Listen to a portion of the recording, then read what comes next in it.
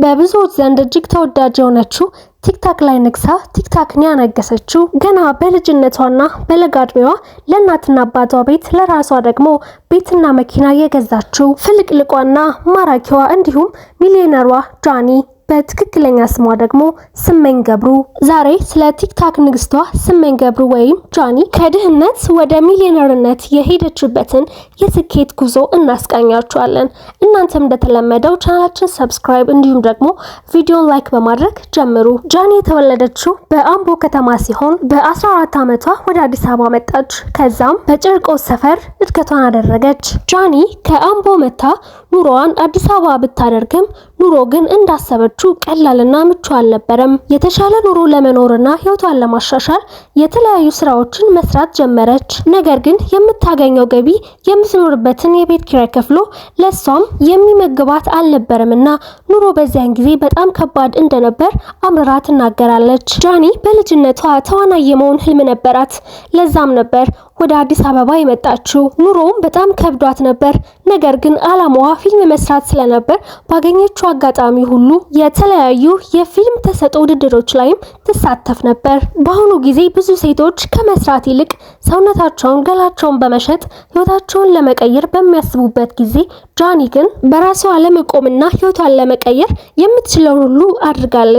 ከህይወት ጋርም ፊት ለፊት ተጋፍጣለች። እናም ጃኒ ወቸ ጉድ ፖድካስት ላይ ባደረገችው ቃለ መጠይቅ አንዳንድ ሰዎች የድሮ ታሪኳን የድሮ ፎቶዎቿንና እንዲሁም ደግሞ ስመኝ ገብሩ የሚለውን ስሟን በመጠቀም በጣም ሙድ ሲይዙባትና ሲያሾፉባት ይታያል። ጃኒም በምላሹ እነሱ የኔን የድሮ ፋይል እያወጡ እየሳቁ ሙድ እየያዙ ቤታቸው ቁጭ ሲሉ እኔ ግን የስልኬ ፊት ለፊት ቁጭ ብዬ ቪዲዮ እየሰራው እየሳቁ እየተዝናናው አንዳንዴም ደግሞ ሌሎችን ሰዎች ለማዝናናት ዲፕሬሽን ምናምን እያልኩ እየቀለድ ቤቴ ቁጭ ብዬ ሚሊዮኖችን እሰራለሁ። እነሱ ግን ሁሌ በኔ ላይ እንዳሾፉና እንደቀለዱ ይቀራሉ። በራሳቸው ላይ እንኳን ምንም አይነት ለውጥ ሳያመጡ። ለዛም ነው ብዙ ሰዎች ብዙ ነገር ቢሉኝም ቢነቅፉኝም ምንም የማይመስለኝ ትላለች። ይህም ብቻ አይደለም። አንዳንድ ሰዎች በትክክለኛ ስሜና ባለፈው ፎቶዎቼ ገጽታዎቼ ላይ ሙድ ቢይዙም ቢቀልዱም ነገር ግን ሰዎች ማወቅ ያለባቸው ነገር በህይወታችን ያለፈውን ነገርና ወደ ኋላ ጥለነው የመጣነውን ነገር አንዴ ስላለፈ ማስተካከልም ሆነ ምንም የማድረግ ችሎታው የለንም። ነገር ግን ወደፊት ያለውን ህይወታችን ማስተካከል እንችላለን ልክ እንደኔ ብላለች። ከዛም ጃኒ ህይወቷን ለማስተካከል ደፋ ቀና ማለቱን ተያይዘዋለች። ከጊዜያት በኋላ አንድ ትልቅና አስደናቂ ነገር ወደዚህ ዓለም ተፈጠረ። እሱም ቲክታክ የተባለው ፕላትፎርም ነበር። ጃኒን ያነገሳት ፕላትፎርም ብቅ ሲል ጃኒም ሰዎችን በማቀፍ ቪዲዮ መስራት ትጀምራለች። ቲክታክም የጃኒን ልፋቷንና ጥረት ግረቷን ያየ ይመስላል ቲክታክ ላይ ተሳካላት። እንደ ቀልድ ሰዎችን በማቀፍ የጀመረችው ቪዲዮ በየቀኑ 100,000 ላይኮችን ማምጣት ጀመረ። ጃኒም በቲክታክ ከመታወቅ አልፋ ቲክታክን ራሱን አሳወቀችው። ቲክታክ የሚለውን አፕሊኬሽን የሚጠቀም ነገር ግን ጃኒን የማያውቃት አንድም ሰው የለም። የቲክታክ ፎር ዩ ፔጁንም አጨናነቀችው። ከዛም በመቀጠል የሩገር ፍሬንድ በሚለው ሙዚቃ ዳንስ በመደነስ የዳንስ ችሎታዋንና ዩኒክ መሆኗን ለዓለም አሳየች። ዳንሷን በጣም ተወደደላት። ልጅቷ በዚህ አላበቃችም፣ ማቆሚያ የላትም። በቀጣይም የላይቭ ስትሪም ጊዜ መጣ። ኢትዮጵያ ውስጥ ላይቭ ስትሪም ማድረግ ብዙም ማይታወቅና ያልተለመደ ነገር ቢሆንም ጃኒ ግን ዛሬን በማየትና በመተማመን ቲክታክ ላይቭ መግባት ጀመረች። በመጀመሪያ አካባቢ ተስፋ የሚያስቆርጥና ምንም ፊውቸር ያለው ባይመስልም ጃኒ ግን ተስፋ አልቆረጠችም ነበር። በየቀኑ ላይቭ መግባቷን ቀጠለች። ከተለያዩ ቲክታከሮች ከነ ጆን ዳንኤል፣ ከነ ፊዮና፣ ከነ ስቲፋኖስ እንዲሁም ከሌሎች ተወዳጅ ቲክታከሮች ጋር ኮላብ በማድረግ በየቀኑ መስራት ጀመረች። ወደ ስኬት መንገድ ስትጓዙ አንዳንድ ፈተናዎችና ቻሌንጆች አይቀሩምና ጃኒም ይሄ ነገር አጋጥሟት ነበር። ይሄው ምንድነው?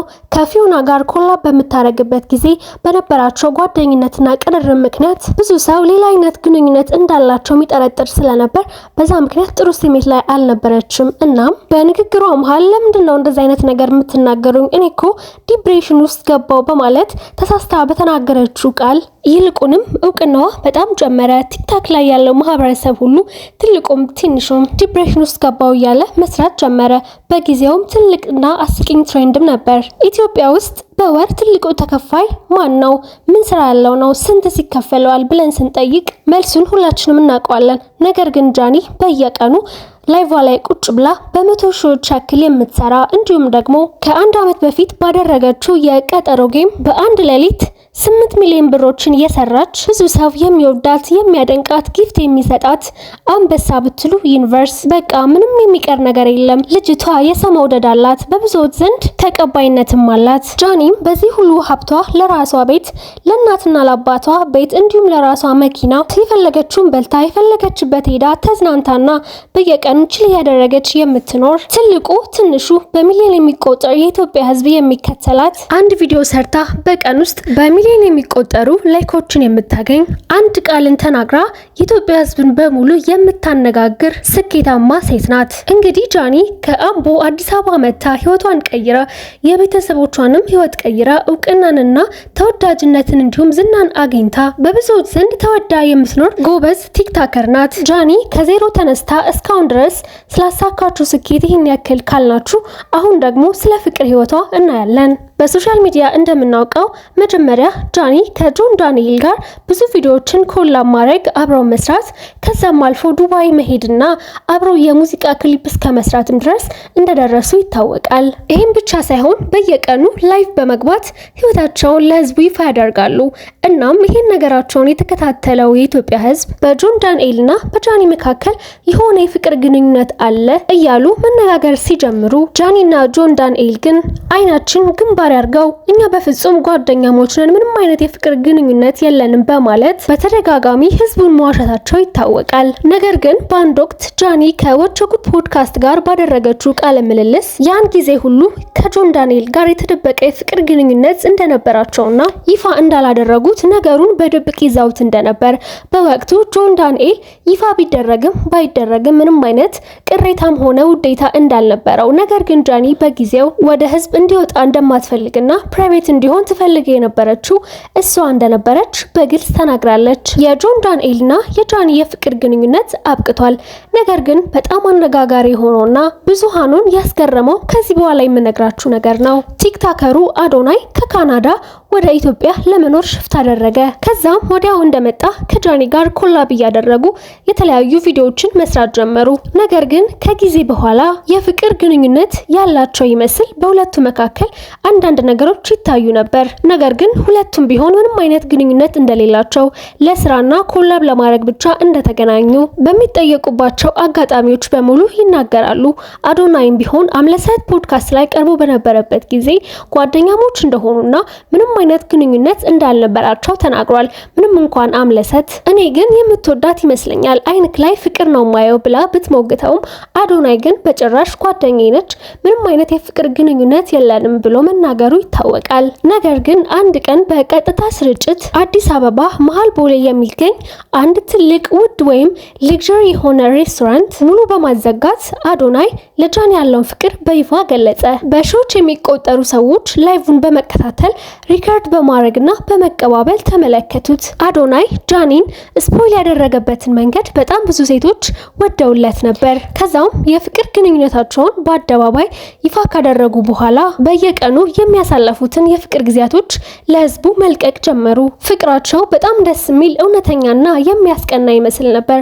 በተለይ አዶናይ ለጃኒ የሚሰጣት ክብር፣ ፍቅር፣ አድናቆት እንዲሁም እንክብካቤ በጣም የተለየና በጣም የሚያስገርም ነበር። ተከታታይ የፍቅር ድራማ የመሰለው ህይወታቸውን በየቀኑ ቲክታክ ላይ በማጋራት በጣም ብዙ ተወዳጅነትንና አድናቆትን ማግኘት ችለዋል። ብዙ ሰውም ፍቅርማ እንደ ጃኒና እንደ አዶናይ ነው እንጂ በማለትም ምሳሌ ሰጥቶበት አልፏል። ብዙዎቻችን እንደምናስታውሰው አንድ ቀን ጃኒ ያልተለመደና ወጣ ያለ ቪዲዮ ሰራች።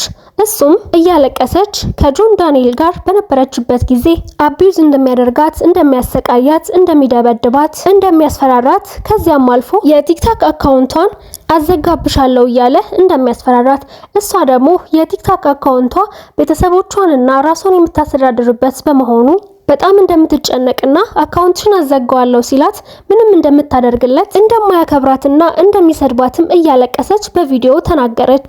በጊዜውም ዋና የቲክታክ አካውንቷ ተዘግቶ ስለነበር በሌላ አካውንት ነበር የመጣችው። እሱንም ጆን ዳንኤል እንዳዘጋባትና አሁን የኢትዮጵያ ሕዝብ ጆን ዳንኤልን አካውንቷን እንዲያስከፍቱላት እያለቀሰች ተማጸነች። ከዚያው በሴት ልጅ ጥቃት በማስፈራራትና በዛቻ የተከሰሰው ጆን ዳንኤልም ከሰዓታት በኋላ እንዲህ ሲል ምላሹን ሰጠ። ጥቃት፣ ድብደባ፣ ዛቻና ስድብ የተባሉት ነገሮች በሙሉ ውሸት መሆናቸውን ደበደበኝ ብላ በፎቶና በቪዲዮ ምስል ያሳየችውም ጆን ዳንኤል እንለያይ ሲላት ካንተ ጋር ከተለያየሁማ ራሴን አጠፋለሁ ብላ ራሷን ለማጥፋት ያደረገችው ሙከራ እንጂ ጆን ዳንኤል እንዳልደበደባት ምንም አይነት አካላዊ ጥቃት እንዳላደረሰባት አካውንቷንም እንዳላዘጋው እንደውም እኔ በምን አቅሜ ነው የሷን አካውንት ላዘጋ የምችለው? ሲጀመር ማንኛውም ቲክታክ አካውንት ያለው ሰው አጠቃቀሙን ማወቅ አለበት። ማንም አንድ ሰው ተነስቶ የሰውን አካውንት ማዘጋት አይችልም። እሷ ግን አካውንቴን አዘጋ ያለች በሐሰት ከሳኛለች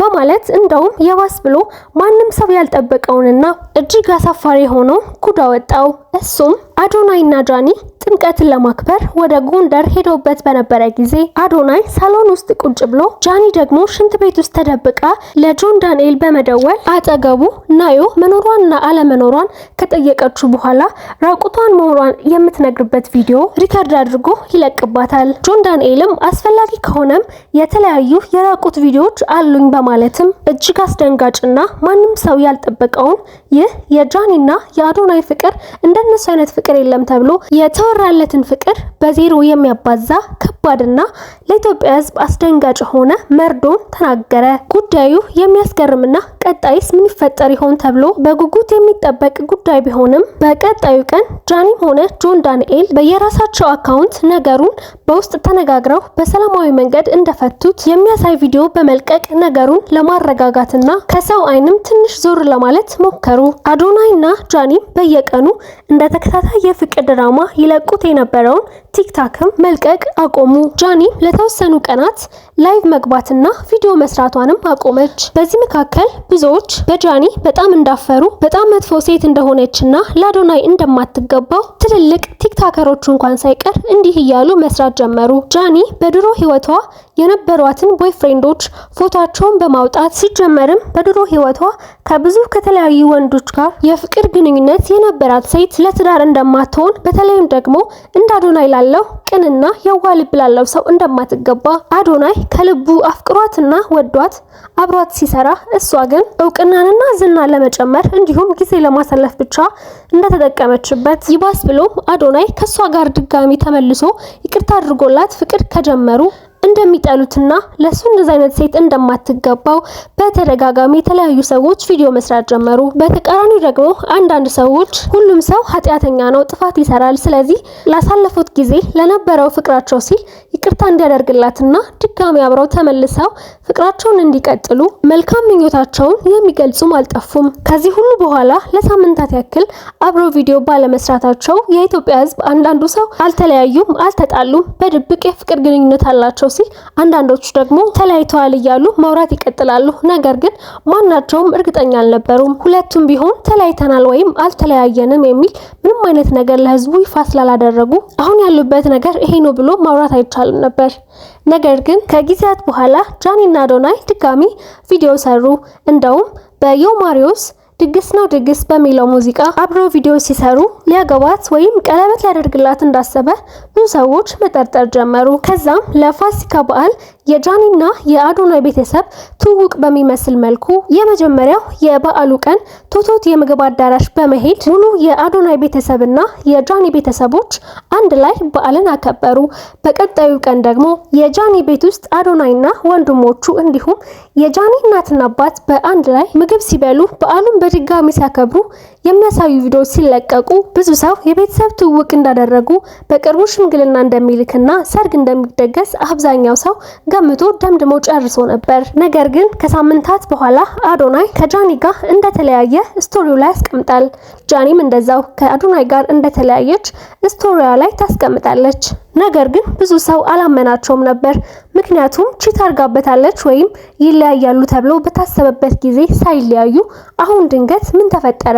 ምንም ያለያይ ነገር ተፈጥሮ ነው በማለት ብዙ ሰው እንደ ቀልድና ምናልባትም ሰውን ሰርፕራይዝ ለማድረግ ቀለበት ሊያስርላት ነው አሁን ሁሉም ህዝብ ተለያይቷል ብሎ ካሰበ በኋላ በድንገት ቀለበት ሲያደርግላት በጣም ከፍተኛ ቪው ለማድረግና ነገሩን አስገራሚና አስደንጋጭ ለማድረግ ነው እያሉ ሀሳባቸውን እየሰጡም ነበር። ጓደኞቻቸው ነን፣ የውስጥ ሚስጥራቸውን እናውቃለን፣ ውስጥ አዋቂዎች ነን የሚሉ ሰዎች ሳይቀር እንኳን ሁለቱም እንደተለያዩ የተናገሩት ሰርፕራይዝ ሊያደርጉና ቀለበት ሊያስሩ እንደሆነ የተናገሩ ቢሆንም ሁለቱም ግን በየቲክታክ አካውንታቸው የየራሳቸውን ኑሮ መኖር ጀምረዋል። አንድ ቀንም ጃኒ የቀለበት ፕሮግራም ስላለኝ ብላ የተለያዩ እንግዶቿን የጠራችበትን ፖስት ካርድ ስቶሪያው ላይ ታስቀምጣለች። በጣም በሚያስገርም ሁኔታ በጣም ብዙ ሰዎች ጃኒና አዶናይ ቀለበት በማሰር ሰርፕራይዝ ሊያደርጉን ነው ብለው ቢሄዱም ነገሩ ግን የፕሮሞሽን ስራ ነበር። ጃኒ ለአንድ የጥርስ ክሊኒክ አምባሳደር ሆና የተመረጠችበትን የፕሮሞሽን ስራ በይፋ አምባሳደር የምትሆንበት ቀን ስለነበር የሰራችው ፕሮሞሽን እንጂ ምንም አይነት የቀለበትም ሆነ የሰርግ ስነ ስርዓት አልነበረም። ብቻ የሆነ ሆኖ እነዚህ ሁለት ቲክታከሮች የኢትዮጵያን ሕዝብ በጣም ያስገረመና አነጋጋሪ ድርጊታቸውን ለወራቶች ያክል ሲያደርጉ ቢቆዩም አሁን ግን ሁለቱም ተለያይተው የየራሳቸውን ህይወት በየራሳቸው መንገድ እየኖሩ ይገኛሉ። የዛሬ ቪዲዮአችን ይህን ይመስል ነበር። ላይክ እና ሰብስክራይብ በማድረግ ቤተሰብ ሁኑ።